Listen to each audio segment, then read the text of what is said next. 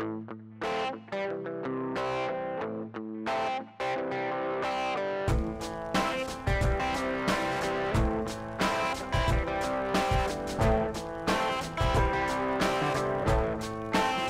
parti.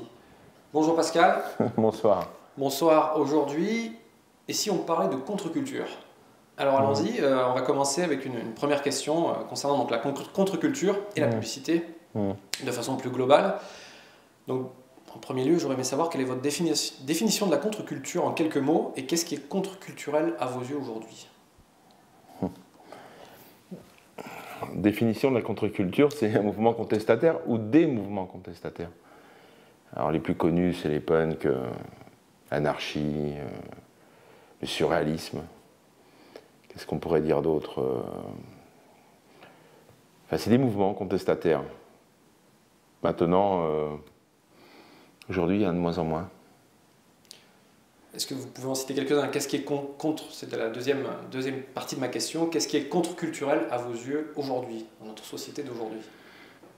C'est de croire que la crise est un leurre, une manipulation, qu'elle n'existe pas et qu'elle est uniquement une opération financière.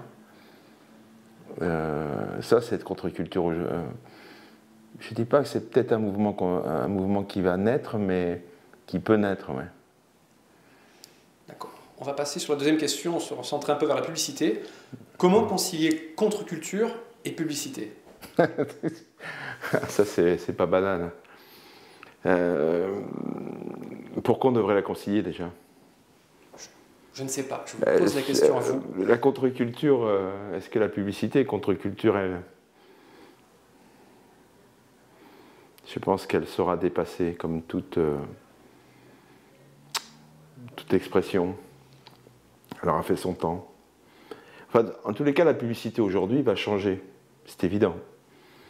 Moi, je suis un publicitaire issu de la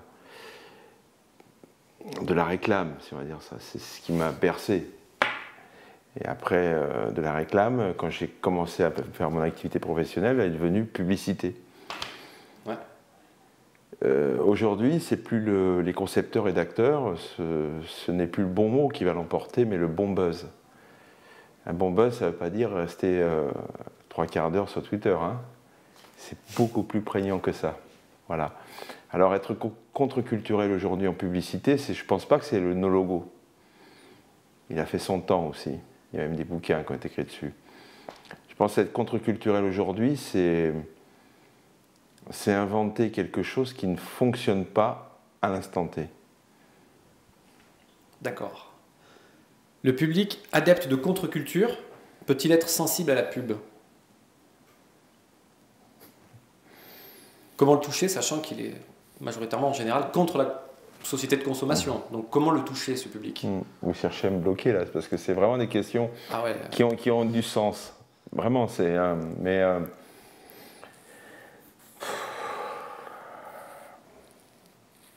Je ne sais pas si je peux répondre à cette question. Généralement, j'ai l'habitude de répondre à vos questions. Mais celle-là, elle est... Alors, si vous ne m'aidez pas, j'aurais du mal. Je prends l'exemple sur des grandes marques, par exemple de sport comme Adidas ou Nike, et qui font souvent des petits spots très underground qu'on ne va pas retrouver sur des chaînes de télévision, mais sur Internet, et des petites choses comme ça. C'est ça que je... mais ça, c'est ce type de question. C'est de la récupération de l'underground, comme du graphe. Ouais. Et on se dit c'est contre-culturel, donc forcément... Non, mais c'est parce que c'est tendance. La contre-culture... Est-ce que c'est un mouvement naissant ou un mouvement affirmé? À partir du moment où le mouvement est affirmé, il est en phase de maturité, donc il est déjà obsolète. Donc il n'est pas contre-culturel.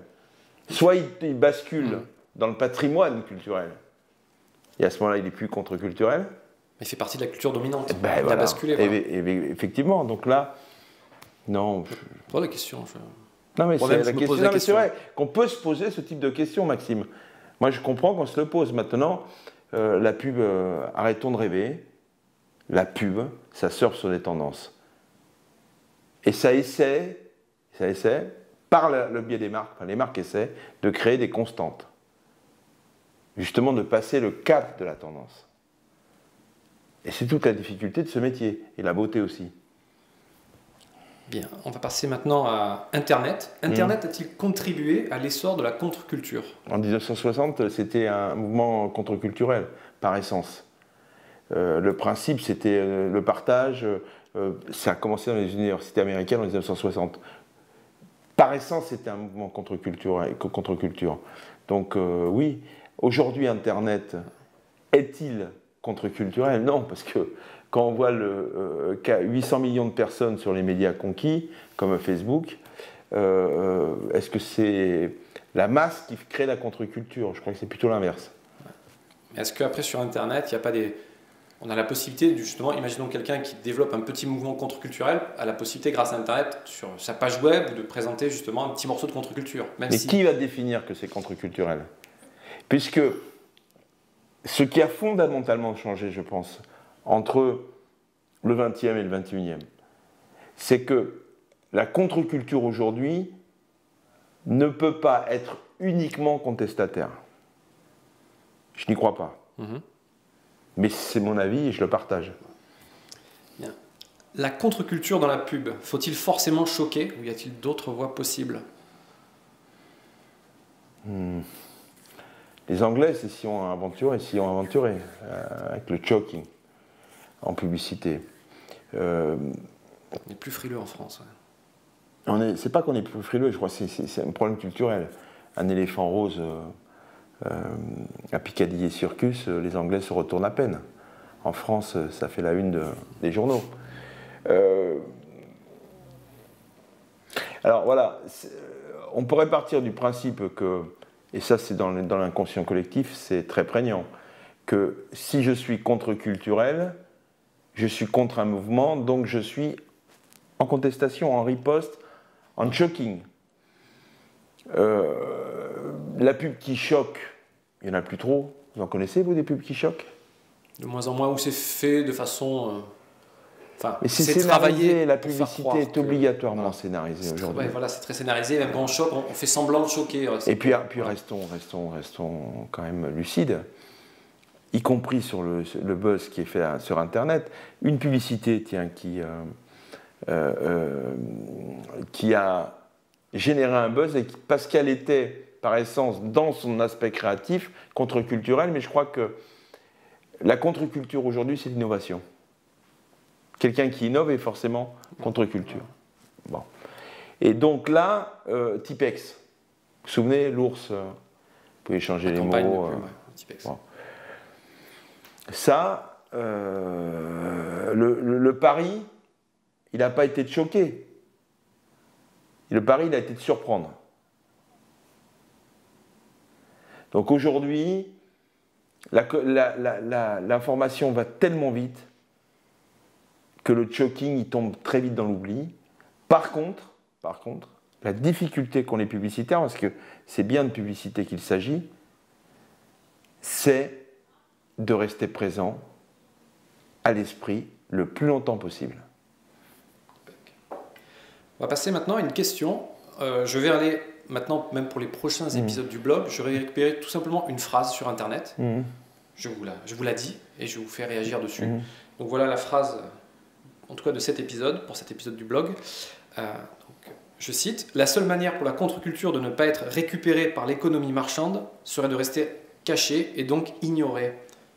Alors quand la pub récupère la contre-culture, n'est-elle pas déjà morte ?» Alors, ça reprend un petit peu les questions dont on a parlé avant, évidemment.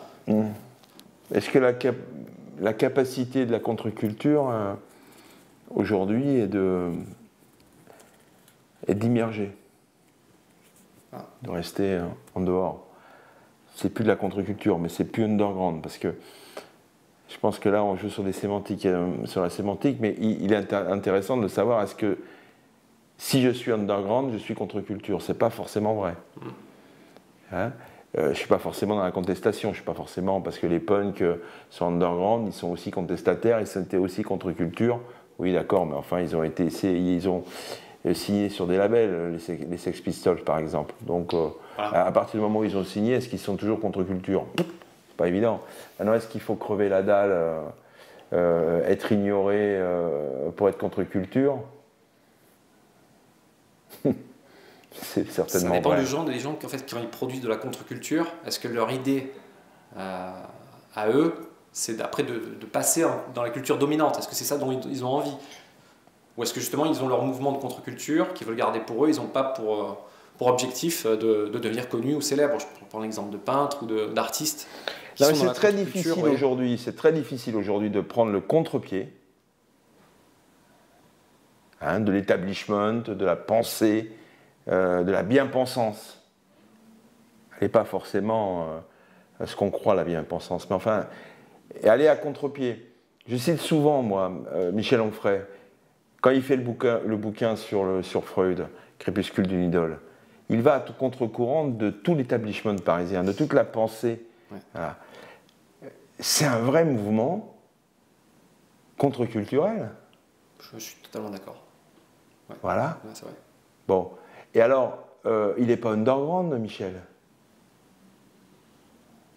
Il a créé une université à Caen, il a fait 50 bouquins, et voilà, il sort du lot en donnant un avis structuré, pensé sur Freud, et la seule réponse qu'il a, dominante, c'est il a fait ça pour faire du fric. Voilà un homme qui a subi les foudres de l'imbécilité. On continue maintenant avec une question à propos des icônes culturelles, des icônes de la contre-culture, pardon. Donc, quand moi je tape les mots-clés dans Google, ce que j'ai fait, et les mots-clés suivants, icônes contre-culture, deux noms ressortent en premier, Steve Jobs et Dennis Hopper.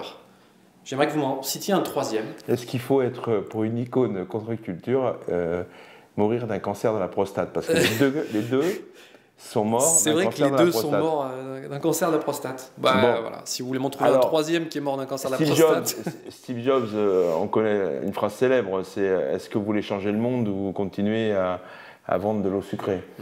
Dennis Hopper, Easy Rider. La culture hippie des années 70. C'est le culte. Ouais, c'est cultissime. Avec Fonda, ouais. Alors, parce que c'est cultissime, c'est contre-culture? Ou c'est parce que ça a été contre-culture que c'est devenu cultissime?